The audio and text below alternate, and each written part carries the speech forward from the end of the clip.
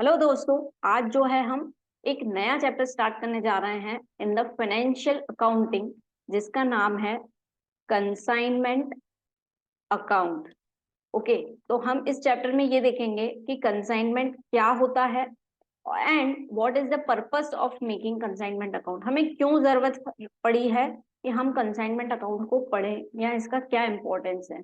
Okay, तो आज इस सेशन में हम डील करेंगे with the basics of the consignment account, जिससे जो है हम पूरा बेसिक समझ लेंगे कि कंसाइनमेंट अकाउंट क्यों बनाया जाता है और पूरा का पूरा चैप्टर जो है हमारे लिए फिर आसान हो जाएगा। So let us begin with कि मीनिंग ऑफ कंसाइनमेंट, कंसाइनमेंट क्या होता है। तो दोस्तों, कंसाइनमेंट समझने के लिए let us take an example कि कोई मिस्टर एक्स है जो कि जयपुर से हैं। ओके, और इनका जो है कोई बिजनेस है। हम एज्यूम कर लेते हैं he had a business of textile, textile का जो है उनका बिजनेस है। बहुत अच्छा बिजनेस उनका चल रहा है।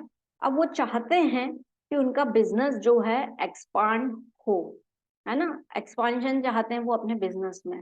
वो चाहते हैं कि जयपुर के अलावा जो बाकी की जगह है वहां पे भी जो है उनका बिजनेस चले।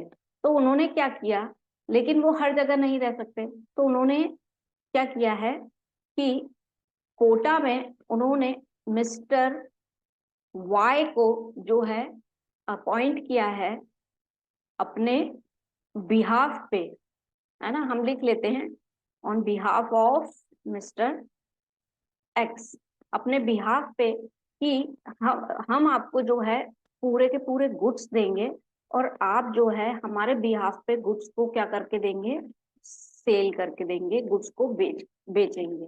तो मिस्टर वाई जो है एग्री कर देते हैं। अब मिस्टर वाई का क्या फायदा है इसमें, मिस्टर वाई जो है यहाँ पे मिस्टर एक्स के कंसाइनमेंट अकाउंट की स्पेशली बात करें तो वो कहलाते हैं मिस्टर एक्स के एजेंट। अगर मिस्टर वाई एजेंट कहलाते हैं दोस्तों, तो मिस्टर एक्स क्या कहलाएंगे, प्रिंसिपल। ठीक है, ये प्रिंसिपल और एजेंट का रिलेशनशिप होता है जब आप किसी दूसरे पर्सन को अपॉइंट करते हो आपके ही गुड्स सोल्ड करने के लिए। अब इसमें बात क्या होगी कि इस बीच में जो गुड्स आप ट्रांसफर कर रहे हो, मिस्टर एक्स जब गुड्स भेजेंगे मिस्टर वाई को कोटा में, तो वो कुछ ना कुछ एक्सपेंसेस तो करेंगे। यस, तो वो एक्सपेंसेस भी कौन बियर करता है, मिस्टर एक्स बोलते हैं मैं बियर करूंगा जो भी एक्सपेंसेस होगा वो। इसके अलावा जब वाई के पास गुड्स पहुंच जाते हैं और मिस्टर वाई को भी एक्सपेंसेस करने पड़ सकते हैं, जैसे कि गुड्स को रखने के लिए उन्होंने रेंट दे दिया, कोई प्लेस ली तो, है ना। किसी पर्सन को अपॉइंट किया है गुड्स बेचने के लिए, तो उसको सैलरी देनी पड़ी। तो ये जो है एजेंट के एक्सपेंसेस है, वो बोलते हैं ये भी जो है वो मिस्टर एक्स बोलते हैं मैं बियर करूंगा। ठीक है, अब एक्सपेंसेस जो है बियर कौन कर रहा है, दैट इज एक्स। और इसके अलावा जो है वो बोलते हैं कि आप तो हमें सिर्फ गुड्स को सेल करके दे दीजिए, तो उसका जो भी अमाउंट बनता है वो हमें आप भेज दीजिए। अब मिस्टर वाई जो हैं, क्या ये सब काम वो फ्री में करेंगे, नहीं करेंगे। उसके बिहाफ पे उन्हें जो मिलता है दैट इज कमीशन, है ना। मिस्टर वाई जो कि एजेंट है वो क्या लेते हैं, कंसाइनमेंट अकाउंट की स्पेशली यदि हम बात करें, मिस्टर एक्स अपने गुड्स भेजते हैं तो क्या वो सेल्स हुई, क्या नहीं, वो किसी पर्सन को भेज रहे हैं कि आप हमारे बिहाफ पे हमारे गुड्स हमको बेच कर दो और उसके बिहाफ पे हम आपको कमीशन देंगे, है ना। 10% ऑन सेल्स हो सकती है, या जो भी कंडीशंस, टर्म्स एंड कंडीशन हमें क्वेश्चन में दी रहेगी हम उसको मेंशन करेंगे। कमीशन के डिफरेंट टाइप्स भी होते हैं जिसको हम देखेंगे, बट इनिशियल लेवल पे हमें सिर्फ ये कंसेप्ट समझना है कि एक्चुअली कंसाइनमेंट अकाउंट होता क्या है। तो जो गुड्स शिपमेंट के लिए भेजे हैं हमने किसी दूसरे पर्सन को कि हमारे बिहाफ पे आप उसको सेल कर दीजिए, और उस बिहाफ पे जो है उस पर्टिकुलर पर्सन को जो है क्या मिलता है, कमीशन मिलता है। तो इसी को ही हम कहते हैं consignment, goods sent on consignment, है ना। जो भी एक्सपेंसेस है वो पूरा जो है पर्सन बियर करेगा जिसके गुड्स हैं, जो बिजनेसमैन खुद है। ठीक है, अब यहाँ पे जो मैंने आपको बताया कि इनका जो रिलेशन होता है that is of principal and agent. अब जैसे कि ये कंसाइनमेंट अकाउंट है, तो यहाँ पे एक टर्मोलॉजी यूज होती है कि जो गुड्स सेंड करते हैं, गुड्स सेंड ऑन कंसाइनमेंट, जो गुड्स भेजता है कंसाइनमेंट पे, है ना, उसको क्या कहते हैं, कंसाइनर। और जो गुड्स रिसीव करता है उसे हम क्या कहते हैं, कंसाइनी। अब हमारे एग्जाम्पल की यदि हम बात करें तो कंसाइनर कौन हो गया, मिस्टर एक्स, एंड कंसाइनी कौन हो गया, मिस्टर वाई। और इन दोनों के बीच का जो रिलेशन है that is of principal and agent, वो डायरेक्ट करेंगे प्रिंसिपल की आपको इस तरीके से गुड्स सोल्ड करना है, और एजेंट उसको फॉलो करेंगे। और ये जो प्रोसेस या ट्रांजेक्शन होगा that is known as goods sent on consignment, है ना। इसी को ही जो है हम बोलेंगे कि गुड्स जो है भेजा गया है कंसाइनमेंट पे, और इसी की ही अकाउंटिंग की जाती है। कंसाइनमेंट अकाउंट क्यों बनाया जाता है, ताकि हम ये जान सकें कि जो गुड्स हमने किसी को भेजा है बेचने के लिए, सेल करने के लिए, उस पे हमको प्रॉफिट या लॉस कितना हो रहा है। इसीलिए जो है हम कंसाइनमेंट अकाउंट बनाते हैं, जिसको अभी हम लिख भी लेंगे। ठीक है, तो ये होता है दोस्तों कंसाइनमेंट अकाउंट। अब चाहें तो आप एग्जाम्पल को एक बार पॉज करके उसको आप पूरा लिख लीजिए, ताकि आपको फ्यूचर रेफरेंस के लिए रहे, है ना। और एक बार हम मीनिंग ऑफ कंसाइनमेंट भी लिख लेते हैं, ताकि जो है हमारे पास हमेशा के लिए नोट्स हो जाए। तो हम स्टार्ट करते हैं, आप नोट्स बनाते जाइए। लिखते हैं हम सबसे पहले meaning of consignment.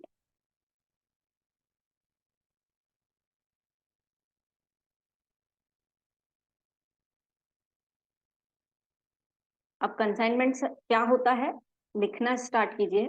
When dealer sends goods, when dealer sends goods to another person for goods to be sold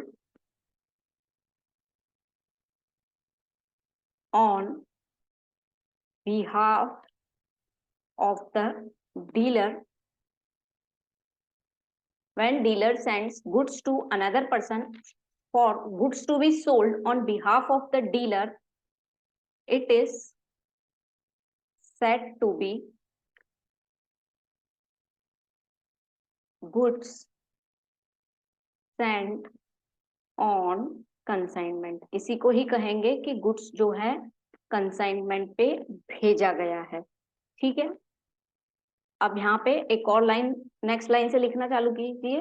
the person who sends goods is known as consignor. ठीक है, जो गुड्स भेज रहा है उसको हम क्या बोलेंगे, consignor. And the person who receives goods for sale is known as, क्या आ जाएगा, consignee. On behalf of this consignee receives payment which is known as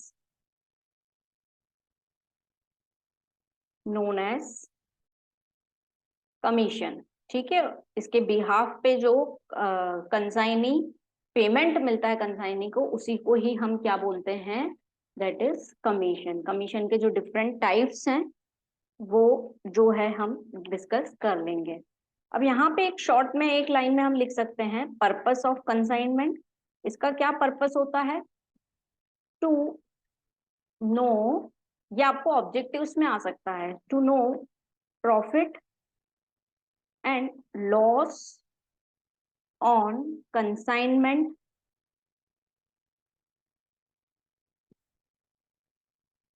ठीक है। Purpose of making consignment account या कंसाइनमेंट अकाउंटिंग क्यों की जाती है, तो to know the profit and loss on consignment या फिर हम ब्रैकेट में लिखें goods sent on consignment basis. इससे जो है हमें याद रहेगा। एक और चीज यदि हम बात करें तो कंसाइनमेंट जो है दोस्तों किस टाइप का अकाउंट है। यदि हम प्रॉफिट एंड लॉस जो है इसमें से नो कर पा रहे हैं, है ना, निकाल पा रहे हैं, तो ये किस टाइप का अकाउंट है, दैट इज नॉमिनल अकाउंट, जिसमें जो है हम क्या एंटर करते हैं, जितने भी एक्सपेंसेस हैं और जितनी भी इनकम है वो लिखेंगे, और जैसे ट्रेडिंग एंड P&L अकाउंट बनाते हैं वैसे ही जो है कंसाइनमेंट अकाउंट बनाते हैं। तो इसका नेचर जो है that is it is a nominal account. ठीक है, तो ये हो गया हमारा कंसाइनमेंट। कंसाइनमेंट क्या होता है, इसमें कौन सी पार्टीज इन्वॉल्व होती हैं और इसका पर्पस क्या होता है। अब एक एग्जाम्पल ले लेते हैं जिससे हम उसके फॉर्मेट को समझते हैं, क्योंकि फॉर्मेट यदि हम अकेला समझ लेंगे तो मजा नहीं आएगा। ठीक है, एकदम हमारे दिमाग में नहीं बैठेगा। तो हम एक एग्जाम्पल ले लेते हैं और उसके बेसिस पे जो है हम फॉर्मेट समझते हैं कि कंसाइनमेंट अकाउंट का फॉर्मेट कैसे बनता है। जैसे कि इट इज नोन एज कि ये नॉमिनल अकाउंट है ना, उसमें एक्सपेंसेस और इनकम आएंगी, जो भी ट्रांजेक्शन हुआ होगा उसी के बेसिस पे जो है हम समझने की कोशिश करते हैं।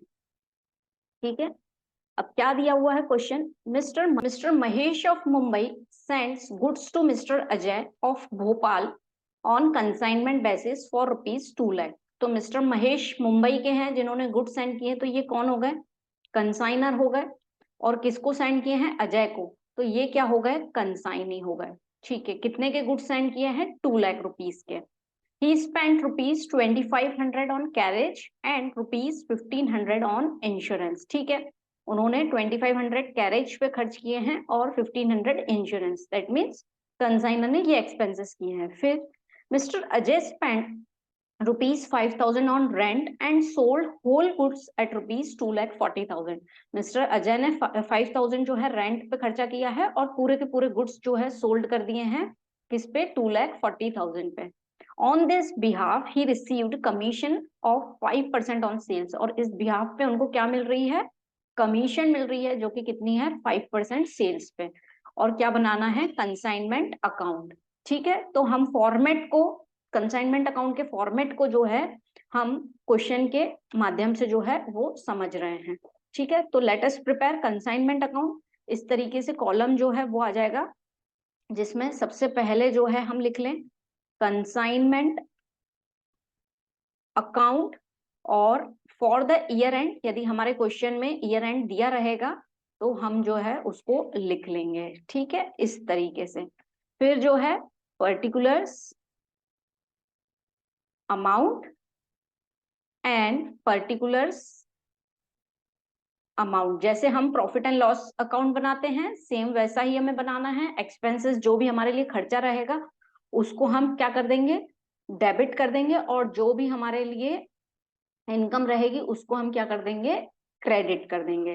ठीक है, let me change, ink colour change कर देते हैं ताकि जो है हम डायग्राम उसका बना लें। ठीक है, हम एक डायग्रामेटिक रिप्रेजेंटेशन कर लेते हैं जिसपे जो है पूरा का पूरा क्वेश्चन जो है हम उतार लेते हैं ताकि बार बार हम क्वेश्चन रीड न करें। सबसे पहले मिस्टर महेश जो हैं उन्होंने गुड्स क्या किए हैं, गुड्स सेंट ऑन कंसाइनमेंट, कितने के गुड्स सेंड किए हैं, दैट इज 2 लाख के, ये देख लिया हमने। फिर क्या हुआ है, मिस्टर महेश ने खर्चा किया है, एक्सपेंसेस किए हैं, जैसे कि दैट इज कैरेज पे कितना खर्चा किया है, 2,500, एंड 1,500 का जो है उन्होंने इंश्योरेंस पे एक्सपेंडिचर किया है। अब मिस्टर महेश जो है अकाउंटिंग टर्म्स में बात करें तो ये कंसाइनर का एक्सपेंसेस हो जाएगा। यस, तो इसको हम लिख देते हैं कंसाइनर एक्सपेंसेस। ठीक है, फिर आगे बढ़े तो मिस्टर अजय ने स्पेंड किए हैं 5,000 ऑन रेंट। तो हो सकता है उन्होंने गुड्स को रखने के लिए जो है कुछ वेयर हाउस या कुछ गोडाउन लिया हो, तो उसका रेंट जो है उन्होंने दिया है। तो ये क्या है, कंसाइनी, तो हम लिख देते हैं कंसाइनी एक्सपेंसेस, और वो कितने हैं, 5,000, and it is for rent. ठीक है, अब कंसाइनी ने क्या कर दिया है, सेल्स किया है, और कितने रुपए में किया है, गुड्स को सोल्ड, दैट इज 2,40,000 रुपीज की सेल्स हो गई है। ठीक है, पूरे के पूरे गुड्स जो है सोल्ड हो गए हैं। अब इस बिहाफ पे जो है उन्हें क्या मिल रहा है, कमीशन मिल रहा है, और वो कितना है 5% ऑन सेल्स। ठीक है, ये पूरा सिनेरियो है हमारे सामने। अब जो है हम क्वेश्चन स्टार्ट करते हैं। जैसे P&L बनता है एक्सपेंसेस और इनकम का, वैसे की वैसे। तो गुड्स हमने भेजे हैं, एक तरीके का हमने खर्चा किया है, तो 2 गुड्स सेंट ऑन कंसाइनमेंट। ठीक है, कितना अमाउंट आ गया, दैट इज 2 लाख रुपीस के गुड्स हमने भेजे हैं। अब हमको बार बार क्वेश्चन को रीड नहीं करना पड़ेगा, पूरा का पूरा क्वेश्चन हमने यहीं उतार लिया है। ठीक है, फिर क्या हुआ है, कंसाइनर के एक्सपेंसेस। अब कंसाइनर ने खर्चे किए हैं तो क्या किया होगा उसने, हम यदि एंट्री की बात करें तो वैसे हम एक्सपेंडिचर करते हैं कुछ बिजनेस टर्म्स में, जैसे कि यहाँ पे कैरेज के ऊपर खर्चा हुआ है तो हम क्या लिखते हैं, carriage account debit to bank या टू कैश, और इंश्योरेंस अकाउंट डेबिट टू। लेकिन अभी तो हमारे पास 2 ही एक्सपेंसेस है, हो सकता है फ्यूचर में हमारे पास ऐसा क्वेश्चन आए जिसमें 10-10 एक्सपेंसेस कंसाइनर ने किए हो, तो वो पॉसिबल नहीं होगा, है ना, कि हम जो है उसको डील कर पाए कि एक एक की अलग एंट्री करें। तो हम क्या करते हैं कि पूरे के पूरे हुए किस पर्पस के लिए है, कंसाइनमेंट के लिए, तो हम मान लेते हैं कंसाइनमेंट के लिए जो खर्चा हुआ है तो उसको डेबिट कर लेते हैं एक्सपेंस ट्रीट करके, और टू बैंक अकाउंट। ठीक है, तो यहाँ पे क्या एंट्री हो जाएगी, टू बैंक अकाउंट, और ये कितना आ जाएगा, दैट इज एक्सपेंसेस की यदि बात करें 2500 प्लस 1500 दैट इज 4000। यस, यदि हम चाहें तो हम इंटरनली इस तरीके से लिख सकते हैं, कैरेज पे हो गया दैट इज 2500 एंड इंश्योरेंस पे हो गया दैट इज 1500। ठीक है, इस तरीके से हम मेंशन कर सकते हैं। फिर आते हैं कंसाइनी के एक्सपेंसेस। खर्चा किसने किया है, कंसाइनी ने, बट हम वो एक्सपेंडिचर एट लास्ट पे किसको करना है, हमको ही करना है, हमारे लिए एक्सपेंडिचर है, तो वो जो है हमें कंसाइनी को देना रहेगा, इसलिए हमने कंसाइनी के अकाउंट को जो है डेबिट कर लिया कि उसको जो है हमें ये पे करना है, टू कंसाइनी अकाउंट। और 5000 जो है हम ये लिख लेते हैं, और चाहें तो ब्रैकेट में हम रेंट लिख लेते हैं कि पर्पस क्या था। ठीक है, फिर क्या हुई है, सेल्स हुई है। अब हमने की है क्या वो सेल्स, नहीं, कंसाइनी ने की है, लेकिन हमारे लिए इनकम है, हमको मिलना है, तो वो किस अकाउंट से हम कंपनसेट करेंगे, किससे लेंगे, कंसाइनी से, तो वो हमें शो करना पड़ेगा कि इनकम किस वे में बन रही है, तो बाय कंसाइनी अकाउंट, और चाहे तो हम ब्रैकेट में लिख सकते हैं इट इज फॉर सेल्स, और अमाउंट क्या है सेल्स का, दैट इज 2,40,000। ठीक है, अब इस बिहाफ पे कमीशन मिल रहा है किसको, कंसाइनी को, जो कंसाइनर के लिए क्या है, एक्सपेंसेस है, तो कंसाइनर के लिए एक्सपेंसेस है, और देना किसको है, कंसाइनी को, तो कंसाइनी के अकाउंट को हम कर देते हैं डेबिट कि उसको हमें देना है, और क्या देना है, कमीशन देना है। तो कमीशन का कैलकुलेशन कर लेते हैं, आसान है, कमीशन निकालना है तो 2,40,000, सेल्स का बोल रहे हैं कितना परसेंट, 5%, तो ये सेल्स का 5% लिख लेते हैं, और ये कितना आ जाएगा हमारा, दैट इज 12,000। ठीक है, तो इसको लिख देते हैं। अब पूरे के पूरे गुड्स सोल्ड हो गए, इसके अलावा कुछ है नहीं, तो हम टोटल कर लेते हैं, डेबिट साइड का टोटल करते हैं और क्रेडिट साइड का। तो क्रेडिट साइड का 2,40,000 आ रहा है, और इस साइड का तो हमें कम दिख रहा है, तो हम दोनों साइड लिख लेते हैं 2,40,000 एंड 2,40,000। ठीक है, अब ये हो गया। अब जो है हमें प्रॉफिट एंड लॉस इस कंसाइनमेंट पे हुआ है, कितना प्रॉफिट हुआ है, तो ऑब्वियसली इस साइड बैलेंस आ रहा है, तो हमारा क्या निकलेगा, to profit and loss account, और ब्रैकेट में लिख लेते हैं प्रॉफिट ऑन कंसाइनमेंट। अब इसको यदि हम लेस कर दें 2,40,000 में से 2 लाख प्लस 9 प्लस 12, तो कितना हो जाएगा, डेबिट साइड के आइटम्स को 2 लाख प्लस 9 8,21,000, ये हो रहा है टोटल डेबिट साइड का 2,21,000, और क्रेडिट साइड का कितना आ रहा है, दैट इज 2,40,000, तो इसको हम लेस कर लेते हैं। ठीक है, ये आ गया आपका 19,000। ठीक है, 19,000 का जो है हमको क्या हुआ है, प्रॉफिट हुआ है। तो इस तरीके से दोस्तों जो है फॉर्मेट बनता है हमारे कंसाइनमेंट अकाउंट का। कुछ चीजें जो हैं ऐड होती जाएंगी, कंसेप्ट वाइज कंसेप्ट, जिसको हम इत्मीनान से समझेंगे। अब यहाँ पे समझने वाली एक और बात यह है कि जैसे हमारा क्वेश्चन था जिसमें 2 लाख के गुड्स थे और वो पूरे के पूरे सोल्ड हो गए 2,40,000 से। ठीक है, ऐसी भी तो कोई कंडीशन बन सकती है ना जिसमें हमारे पूरे के पूरे गुड्स सोल्ड नहीं हुए हों उस पर्टिकुलर ईयर में। हो सकता है कुछ गुड्स जो है नहीं बिके हों, जिसे हम कहेंगे अनसोल्ड स्टॉक, ये भी कंडीशन प्रिवेल हो सकती है। तो अब जो है हम इसी क्वेश्चन को ले लेते हैं जिसमें जो है हम एक पोर्शन लेते हैं कि जिसमें हमारा स्टॉक यानी पूरा का पूरा गुड्स सोल्ड नहीं हुआ है, जो प्रैक्टिकल बात है ना। साल भर में हो सकता है कि पूरे गुड्स नहीं बिके हों, तो हमारा कुछ ना कुछ गुड्स बचेगा जिसको हम कहते हैं अनसोल्ड स्टॉक या फिर कंसाइनमेंट स्टॉक। ठीक है, या फिर गुड्स ऑन कंसाइनमेंट स्टॉक या स्टॉक ऑन कंसाइनमेंट, इस तरीके से भी उसको बोलते हैं। ठीक है, तो यहाँ पे तो इस तरीके से प्रॉफिट आ गया। अब हम सेम ऐसा ही क्वेश्चन ले लेते हैं और जिसमें जो है ताकि हम कंपैरिजन कर पाए कि यदि ऐसा क्वेश्चन बन रहा है तो क्या हुआ है, और सेम ऐसे ही क्वेश्चन में यदि स्टॉक बच रहा है तो हम उसकी कैलकुलेशन भी सीख लेंगे कि कैसे कैलकुलेशन की जाती है स्टॉक जब रिमेनिंग हो जाता है ना। ईयर एंडिंग में हम जैसे P&L बनाते थे तो क्या लिखते थे, क्लोजिंग स्टॉक की एंट्री करते थे ट्रेडिंग अकाउंट में।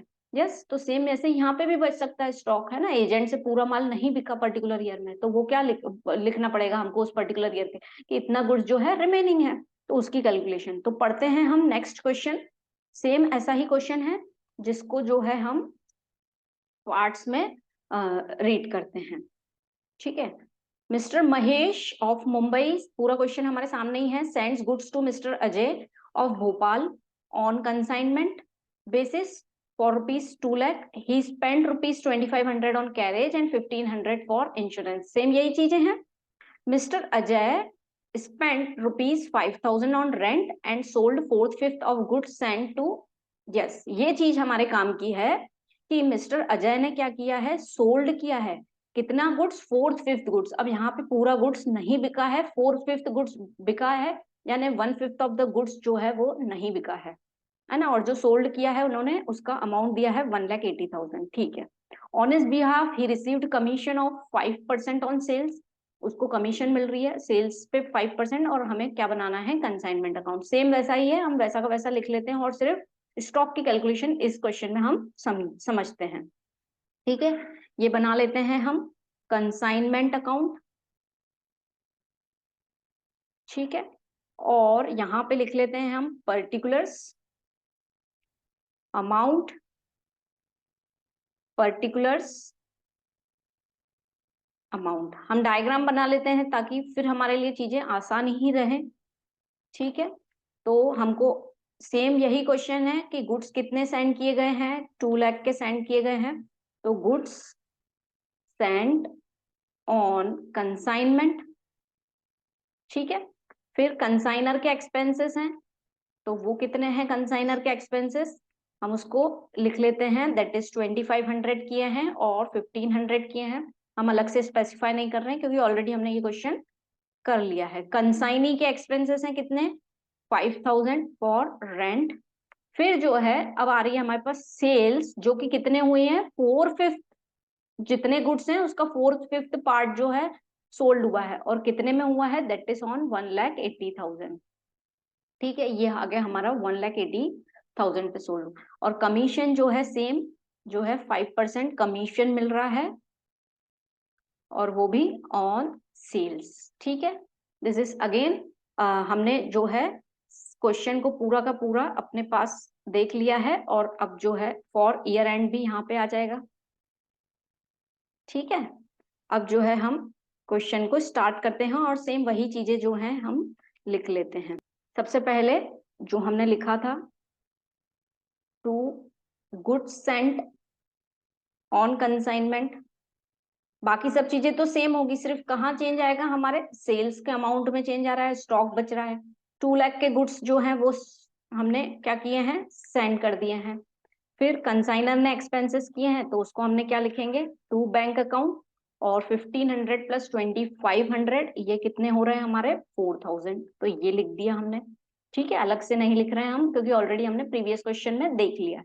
फिर to consignee expenses, that is कितने कंसाइनी खर्च कर रहा है, 5000, तो इसको हम लिख लेते हैं 5000, और चाहो तो आप लिख लो।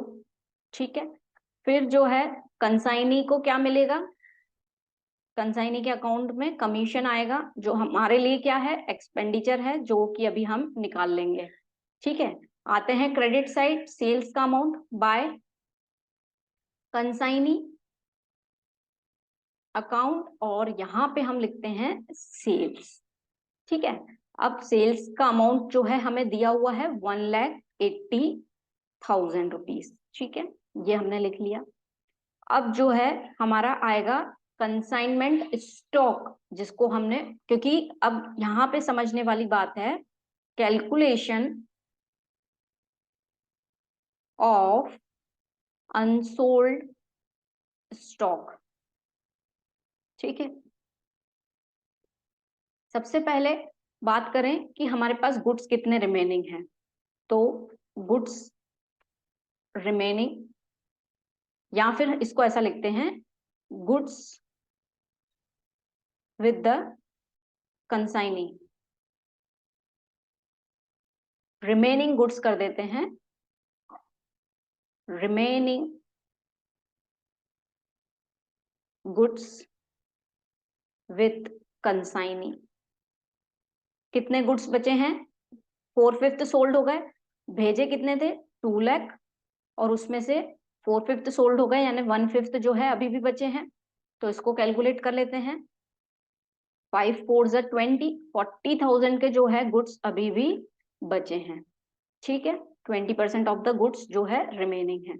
ठीक है, अब इसका कॉस्ट हमें निकालना पड़ेगा। ओके, तो ये आ जाएगा हमारे यहाँ पे बाय कंसाइनमेंट स्टॉक के नाम से, अनसोल्ड स्टॉक को जो है हम लिखते हैं बाय कंसाइनमेंट स्टॉक, जो क्लोजिंग स्टॉक बचता है। अब इसका हमें अमाउंट निकालना पड़ेगा, इसका हमें कॉस्ट निकालना। 40,000 के तो गुड्स हमारे पास हैं। अब दूसरी यदि हम बात करें, ये जो खर्चा हुआ है 4,000 कंसाइनर ने किया है, क्या ये एक्सपेंसेस कितने 2 लाख के पूरे गुड्स के ऊपर किया गया है ना? तो जो बिक गया है उसके लिए भी ये 4,000 में है, वो अमाउंट है, और जो नहीं बिका है उसमें भी इसका प्रोपोर्शनेट एक्सपेंसेस है। तो हम इस 4,000 को, ये 4,000 खर्चा जो है कितने गुड्स पे हुआ है दोस्तों, दैट इज ऑन 2 लाख। तो हमारे कितने गुड्स रिमेनिंग है, 40,000 गुड्स पे वो एक्सपेंडिचर कितना बनता है, यानी प्रोपोर्शनेट, इसको हम लिख लेंगे अलग से, एक्सपेंसेस ऑफ कंसाइनर, यानी कंसाइनर ने जो खर्चा किया है उसमें क्लोजिंग स्टॉक का कितना हिस्सा है। तो इसको यदि हम सॉल्व करें तो 50 से 50 कैंसिल कर लेते हैं, ये कैंसिल हो गए। ठीक है, एंड 2 से 2, तो ये कितना हो रहा है 800, ये बच रहा है। ठीक है, तो ये टोटल कितना आएगा हमारा 4800 जो है हमारा स्टॉक का कॉस्ट आ रहा है, 4800। ठीक है, इस तरीके से अनसोल्ड स्टॉक की कैलकुलेशन करते हैं, जिसको अभी हम एक फॉर्मूला बना के अभी लिख लेंगे, ताकि हमें हमेशा पता रहे कि अनसोल्ड स्टॉक की कैलकुलेशन ऐसे होती है। ठीक है, अब टोटल करें यदि हम, तो किस साइड का टोटल ज्यादा आ रहा है, क्रेडिट साइड का आ रहा है अगेन। तो profit and loss on consignment निकाल लेंगे, तो ये कितना हो रहा है हमारा 800 और 220, है ना? सेम इस साइड भी।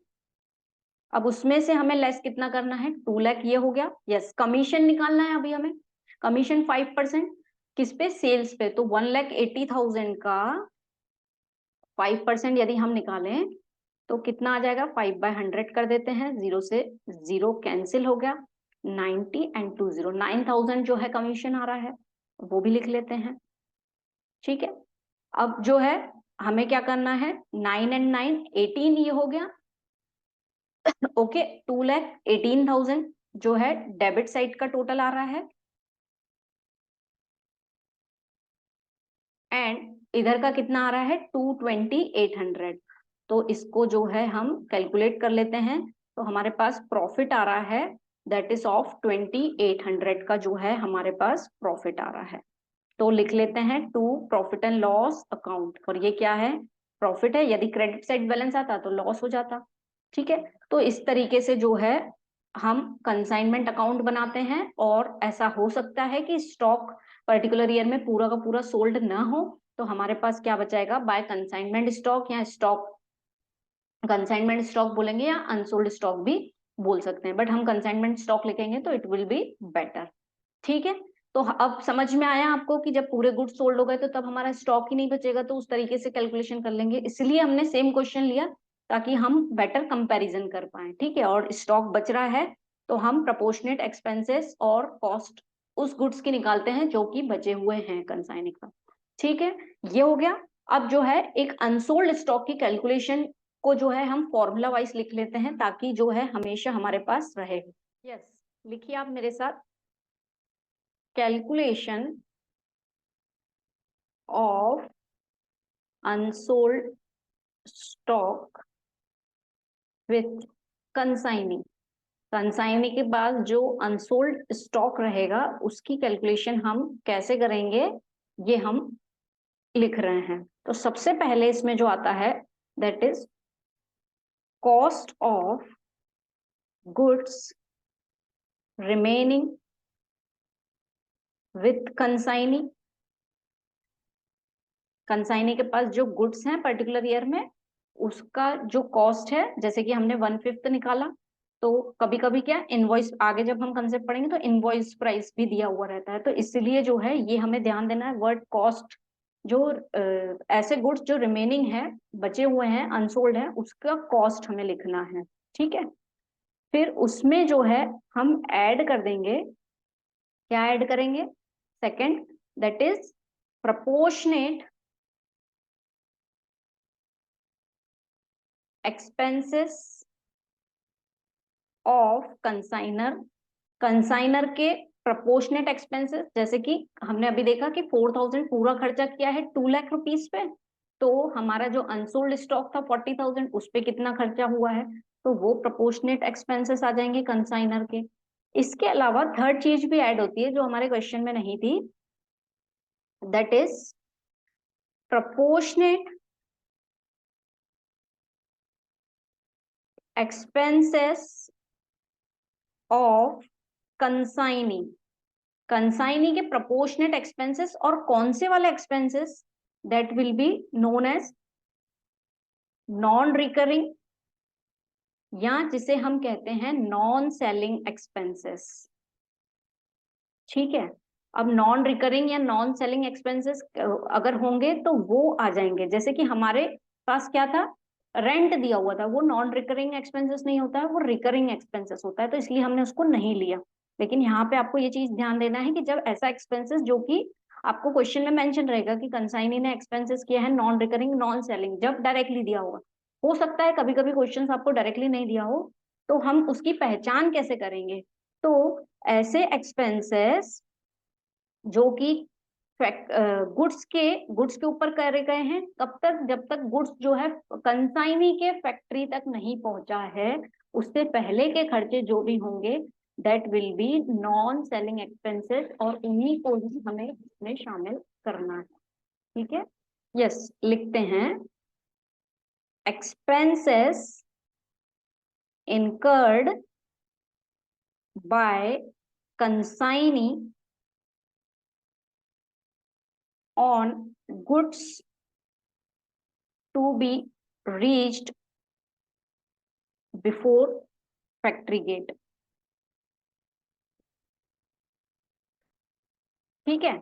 गुड्स जब तक कंसाइनी के फैक्ट्री गेट तक नहीं पहुंचते हैं, इससे पहले यदि कंसाइनी कुछ खर्चा करता है तो वो जो है अनसोल्ड स्टॉक की कैलकुलेशन में आएगा।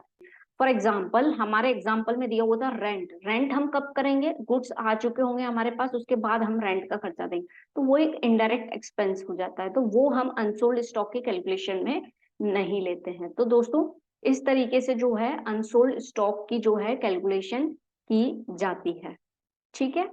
अब जो है हमने देख लिया कि कंसाइनमेंट अकाउंट कैसे बनता है, उसका फॉर्मेट देख लिया कि उसमें क्या क्या चीजें हैं।